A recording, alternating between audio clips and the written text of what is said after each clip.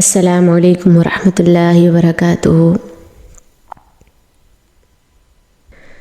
نحمدہ ونصلی علی رسولہ الکریم، اما بعد فاعوذ باللہ السمیع العلیم من الشیطان الرجیم، بسم اللہ الرحمن الرحیم۔ رب اشرح لی صدری ویسر لی امری واحلل عقدۃ من لسانی یفقہوا قولی، رب زدنی علما، اللہم ربنا زدنا علما۔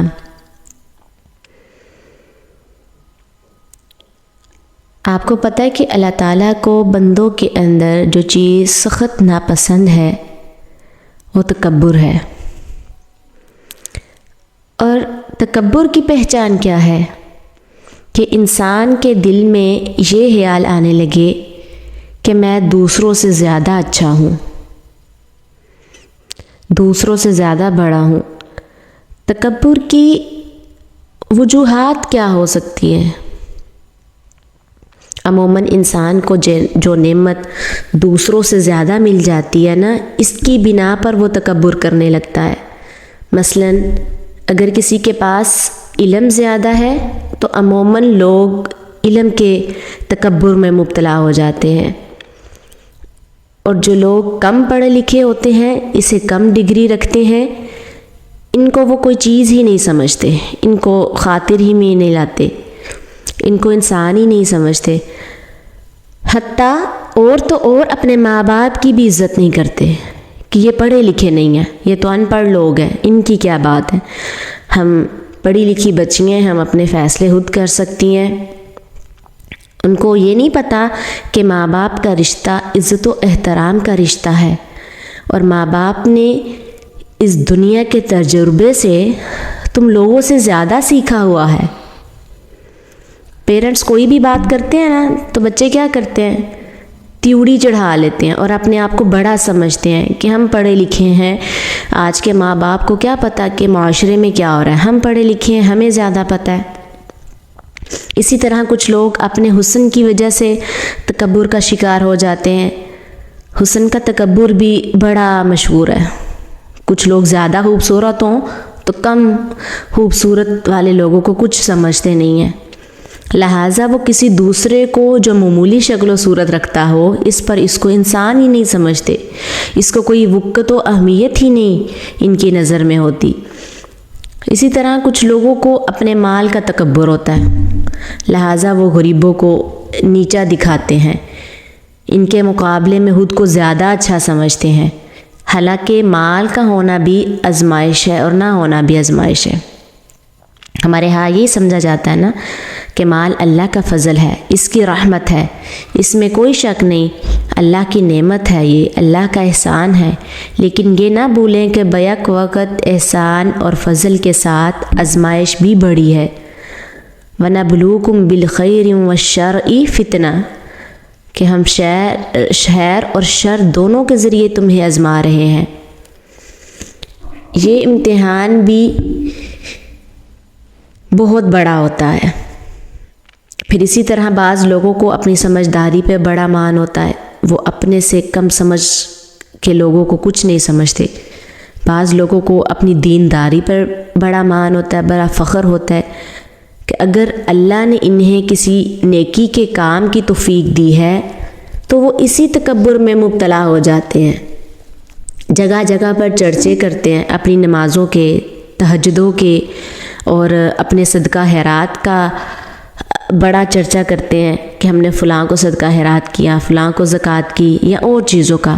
اور جو لوگ نہیں کرتے، یعنی مثلاً کسی وجہ سے اگر کسی دوسرے کو ان چیزوں کا خیال نہیں، تو ہونا تو یہ چاہیے کہ ہمارے دل میں ہمدردی ہو، خیر خواہی ہو، جیسے اللہ کے رسول اللہ صلی اللہ علیہ وسلم کے دل میں ہمدردی اور خیر خواہی تھی ان لوگوں کے لیے جن کو دین کی سمجھ نہیں تھی، جن کو اللہ کی پہچان نہیں تھی۔ اسی وجہ سے ہم دیکھتے ہیں کہ جب کبھی آپ صلی اللہ علیہ وسلم اللہ کے دین کا پیغام پہنچاتے ہیں اور لوگ آپ کے ساتھ برا سلوک بھی کرتے ہیں تو آپ کیا کرتے ہیں؟ ان کے لیے برا نہیں چاہتے، ان کو بد دعا نہیں دیتے، حتیٰ کہ طائف میں جب آپ پہ پتھر برسائے گئے اور جبرائیل علیہ السلام حاضر ہوئے کہ آپ ان سے انتقام لیں، تو آپ نے اس وقت بھی کیا کہا کہ ان کو معاف کر دیا جائے، یہ جانتے نہیں ہیں، ان کو علم نہیں، لیکن آج ہم کسی کو بھی معاف کرنے کو تیار نہیں ہوتے۔ ہم کیا کہتے ہیں، آپ نے اینٹ کے ساتھ ہمیں جواب دیا، ہم اینٹ کے بدلے پتھر کے ساتھ دیں گے، ایسا ہی کرتے ہیں نا۔ اس لیے اگر دینداری کا تکبر ہو یا اپنی بڑائی کی وجہ سے، کوئی بھی وجہ سے ہو، بعض اوقات سٹیٹس وجہ بنا لیتے ہیں ہم تکبر کا، حسب و نسب، خود کو بڑا سمجھنے لگتے ہیں اور دوسروں کو کم سمجھتے ہیں۔ قبیلوں کا جو ہے وہ تکبر بنا لیتے ہیں، ہمارا قبیلہ جو ہے، ہماری جو ذات ہے وہ سب سے بڑی ہے۔ ابو جہل نے بھی ایسے کیا۔ ابو جہل، ابو لہب ایمان کیوں نہ لے کر آئے؟ وہ جانتے تھے نا کہ اللہ کے نبی سچے ہیں، حق ہیں، تو کیوں نہ ایمان لے کر آئے؟ تکبر کی وجہ سے، کیونکہ وہ قریش قبیلے سے نبی تھے، کیونکہ بڑے عرصے سے بنی اسرائیل سے پیغمبروں کی لڑی چلتی آ رہی تھی، اور پھر نبی صلی اللہ علیہ وسلم قریش قبیلے سے ہو گئے۔ اس وجہ سے، اس تکبر و حسد کی بنا پر وہ ایمان نہ لے کر آئے۔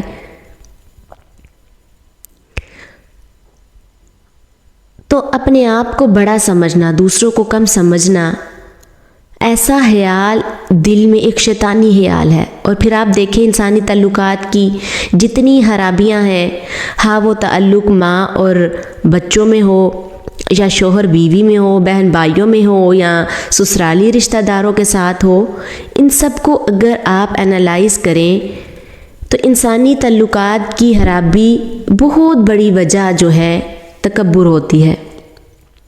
کہ ہر شخص اپنے آپ کو زیادہ اہمیت دینا چاہتے ہیں، اپنے آپ کو بڑی چیز سمجھتا ہے، اپنے حقوق کی بات زیادہ کرتا ہے، اپنے آرام، اپنے فائدے کے بارے میں زیادہ سوچتا ہے، اور دوسروں کے بارے میں ایسا نہیں سوچتا جیسے سوچنا چاہیے۔ حالانکہ آپ صلی اللہ علیہ وسلم نے کیا فرمایا؟ خدا کی قسم تم میں سے کوئی شخص اس وقت تک مومن نہیں ہو سکتا جب تک اپنے بھائی کے لیے وہ پسند نہ کرے جو اپنے لیے کرتا ہے۔ یعنی اگر ہمیں اپنے لیے کوئی چیز پسند نہیں، اس سے مراد اب یہ نہیں مجھے چائے پسند نہیں ہے میں کسی کو چائے پیش نہ کروں، یا کولڈ ڈرنک مجھے پسند نہیں، میں نہیں چاہتی اس کو، تو ہم دوسروں کو بھی پیش نہ کریں، یہ بات نہیں ہے۔ بلکہ جن چیزوں سے ہمیں تکلیف پہنچتی ہے، مثلا اگر ہمیں اچھا نہیں لگتا کہ ہمارے آس پاس جو لوگ ہیں وہ ہمارے منہ پہ آ کر ہماری بے عزتی کر دیں، یا ہماری پیٹھ پیچھے غیبت کریں، یا ہماری ڈریسنگ کو لے کر باتیں بنائیں، تو ہمیں کسی کے لیے بھی ایسی بات کو روا نہیں رکھنا چاہیے کہ ہم کسی کو اپنے سے عمر میں چھوٹا سمجھ کر، یا مال میں کم سمجھ کر، یا سٹیٹس میں کم سمجھ کر اس کی بے عزتی شروع کر دیں، یا اس کے ساتھ بد اخلاقی برتے۔ اگر ہمیں اچھا نہیں لگتا کہ ہمیں کوئی دکھ دے، تو ہمیں یہ بھی اچھا نہیں لگنا چاہیے کہ ہم کسی کو دکھ دیں۔ اب دیکھیں شیطان نے تکبر کیا۔ اللہ تعالیٰ قرآن میں فرماتے ہیں وَلَقَدْ خَلَقْنَاكُمْ ثُمَّ صَوَّرْنَاكُمْ ثُمَّ قُلْنَا لِلْمَلَائِكَةِ اسْجُدُوا لِآدَمَ، اور البتہ تحقیق ہم نے تم کو پیدا کیا اور ہم نے تم کو صورت بخشی، پھر ہم نے فرشتوں سے کہا تھا کہ آدم علیہ السلام کو سجدہ کرو۔ اتنی ڈھیروں نعمتیں پانے والے پھر اپنے رب کو بھول جائیں اور اس کا شکر ادا نہ کریں اور دل کی خوشی سے متوجہ نہ ہوں، تو اس سے بڑھ کر نہ شکری اور کیا ہوگی۔ اور پھر یوں ہوا فسجدوا، سب نے سجدہ کر لیا، الا ابلیس، سوائے ابلیس کے، ولم یقم من الساجدین، وہ سجدہ کرنے والوں میں شامل نہ ہوا۔ ابلیس نے انکار کر دیا۔ ایسا کیوں ہوا؟ ابلیس بہت عبادت گزار تھا، اتنی عبادت کرتا تھا کہ وہ فرشتوں کا ہم نشین ہو گیا۔ اسی وجہ سے جب اللہ تعالیٰ نے فرشتوں کو حکم دیا سجدے کا، تو ساتھ ہی اس کو بھی حکم ہوا، لیکن اس نے اللہ تعالیٰ کی نافرمانی کی اور سجدہ نہ کیا۔ اس پر اللہ تعالیٰ نے اس سے پوچھا قال ما منعک الا تسجد، فرمایا تجھے کس نے روکا ہے تو نے سجدہ نہیں کیا، تو جھکا کیوں نہیں؟ اذ امرتک، جب کہ میں نے حکم دیا ہے تمہیں، قال انا خیر منہ، بولا میں اس سے بہتر ہوں، میں زیادہ اچھا ہوں، میں کیوں اس کے آگے جھکوں؟ ابلیس کا یہ قول انا خیر منہ، اس میں انسان سے زیادہ اچھا ہوں، تکبر پر مبنی تھا۔ پہلے تو سجدے سے انکار تکبر کی نشاندہی کرتا ہے، پھر دوسری طرف اپنے آپ کو دوسروں سے بہتر سمجھنا کہ صرف شیطانی قول ہی نہیں ہے بلکہ شیطانی رویہ بھی ہے۔ اور جب یہ رویہ انسانوں کے اندر آتا ہے تو وہ بھی پھر پورے شیطان کے پیروکار ہوتے ہیں۔ جیسے ہم جب اپنے آپ کو دوسروں سے اچھا سمجھتے ہیں تو مومن کیا کرتے ہیں؟ اپنی تو ساری خوبیاں جان لیتے ہیں، دوسروں کی کوئی نہ کوئی حامی تلاش کر لیتے ہیں، اور پھر ہم کیلکولیشن کر لیتے ہیں کہ ہم زیادہ اچھے ہیں اس سے۔ اس وقت ایسا نہیں کرتے کہ ہم یہ کہیں کہ ہمارے اندر یہ اور یہ حامیاں اور فلاں کے اندر یہ خوبیاں ہیں۔ ایسا تو ہم نے کبھی نہیں سوچا نا۔ اور یہی سوچ شیطان کی تھی، اس نے اپنے ذہن میں خاکہ بنایا کہ آگ کے مقابلے میں، یعنی مٹی کے مقابلے میں آگ زیادہ بہتر ہے، اس لیے میں زیادہ اچھا ہوں۔ حالانکہ مٹی زیادہ بہتر ہے نا، مٹی سے انسان بنایا گیا، مٹی سے پھل پھول اگتے ہیں، ہماری روزی روٹی مٹی سے ہے، گھر جو ہیں وہ مٹی سے بنتے ہیں، ہر چیز کی اپنا الگ الگ مقام ہے، آگ کا ایک الگ مقام ہے۔ لیکن یہ سمجھنا کہ میں زیادہ اچھا ہوں یہ نہیں صحیح۔ تو یہ انسان کے جو خود ساختہ طویلیں ہوتی ہیں، اپنے قائم کردہ معیار ہوتے ہیں، ہاں وہ معیار اللہ تعالیٰ کے نزدیک قابل قبول ہو یا نہ ہو، یہ انسان کے لیے کوئی کام نہیں آئیں گے۔ یہ دنیا کی حد تک ہے، زندگی میں تو ہو سکتا ہے ان کی بنا پر ہم اپنے آپ کو بڑی چیز سمجھتے رہیں، لیکن قیامت کے دن جب حقیقت کھلے گی، تمام چیزوں کی بارے میں ہم جان لیں گے، تب جا کر سمجھ میں آئے کہ ہم کہاں کھوئے رہے، ہم کن خوش فہمیوں میں مبتلا تھے، لیکن اس وقت کچھ کام نہیں آئے گا۔ اب کچھ لوگ ایسے ہیں جو غلطی کرنے کے باوجود غلطی کو مانتے نہیں ہیں، بلکہ اکثریت ایسے ہے جیسے شیطان نے کیا، ایک تو سجدہ نہیں کیا، تکبر کیا، انکار کر دیا، اور الٹا اپنی غلطی نہیں مانی، بلکہ اللہ تعالیٰ سے مہلت لے لی کہ میں تیرے بندوں کو بھی تیرے قریب نہیں آنے دوں گا۔ اس لیے ہمیں اللہ تعالیٰ سے دعا کرنی چاہیے، یا اللہ تو ہمیں اپنی غلطی دکھا بھی اور ہمیں احساس بھی دے، اور پھر اعتراف کرنے کی توفیق بھی دے، تاکہ دنیا میں ہی ہم اپنی صفائی کر کے جائیں، توبہ استغفار کر کے جائیں۔ سب سے بڑا دھوکہ ہی یہ کہ شیطان ہم سے کرواتا ہے کہ ہمیں ہماری غلطی کا احساس ہی نہیں ہونے دے، اگر ہو جائے غلطی تو اعتراف نہ کرنے دے، پھر طرح طرح کی دلیلیں تعویلیں، اس طرح انسان کی کبھی اصلاح نہیں ہو سکتی۔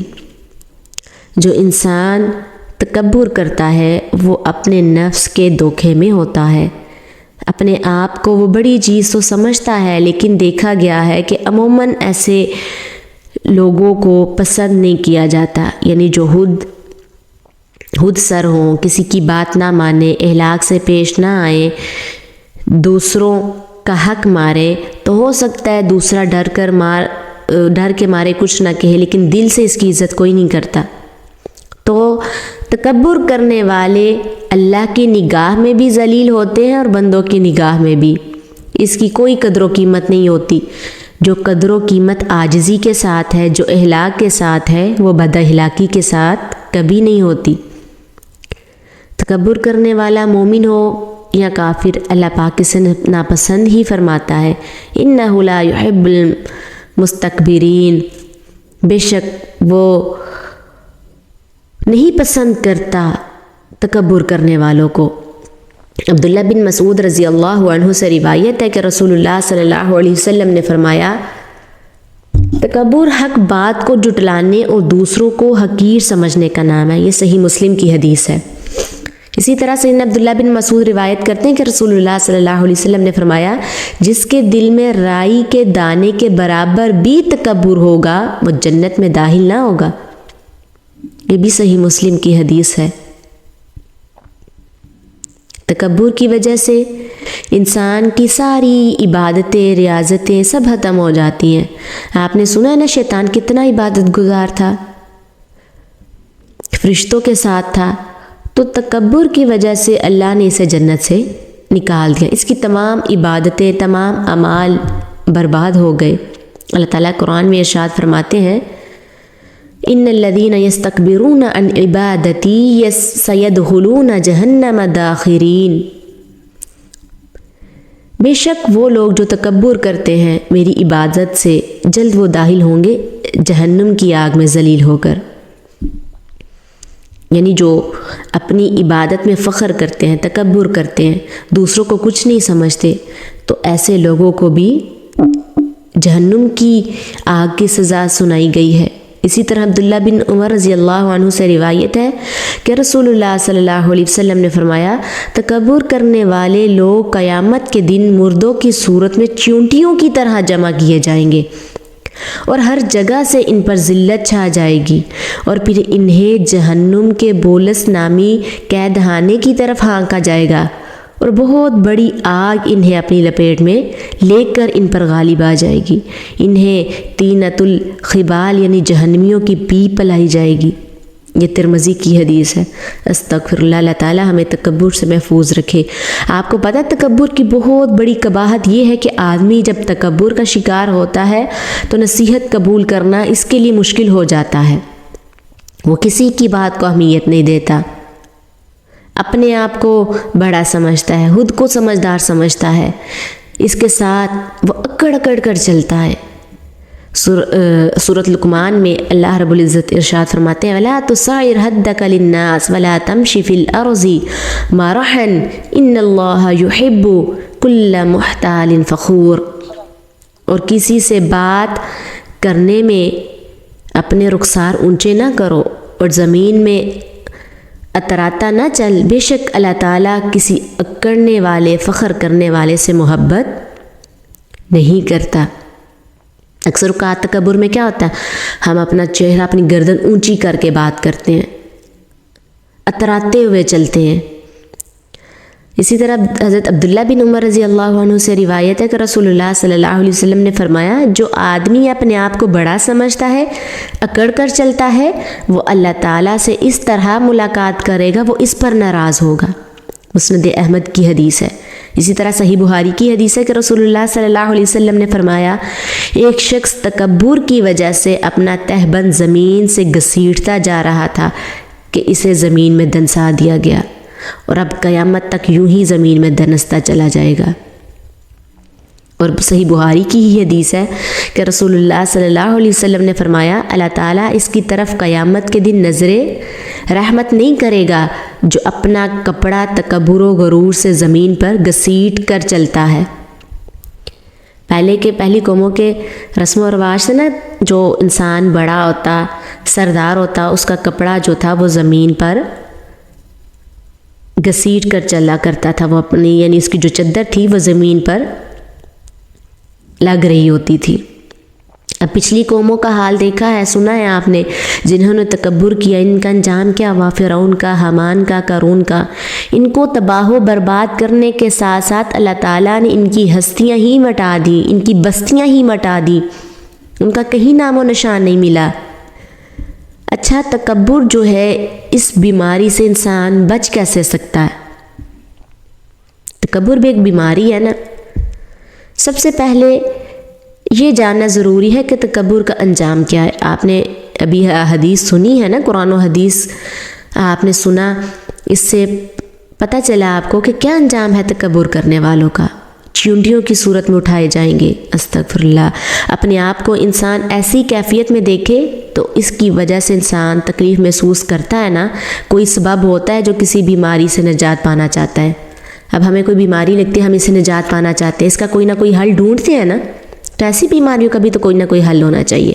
تو کیا حل ہے کہ جو انجام آپ نے سنا، اس انجام پہ اپنے آپ کو رکھ کر محسوس کرے تو ہم اس بیماری سے بچ سکتے ہیں۔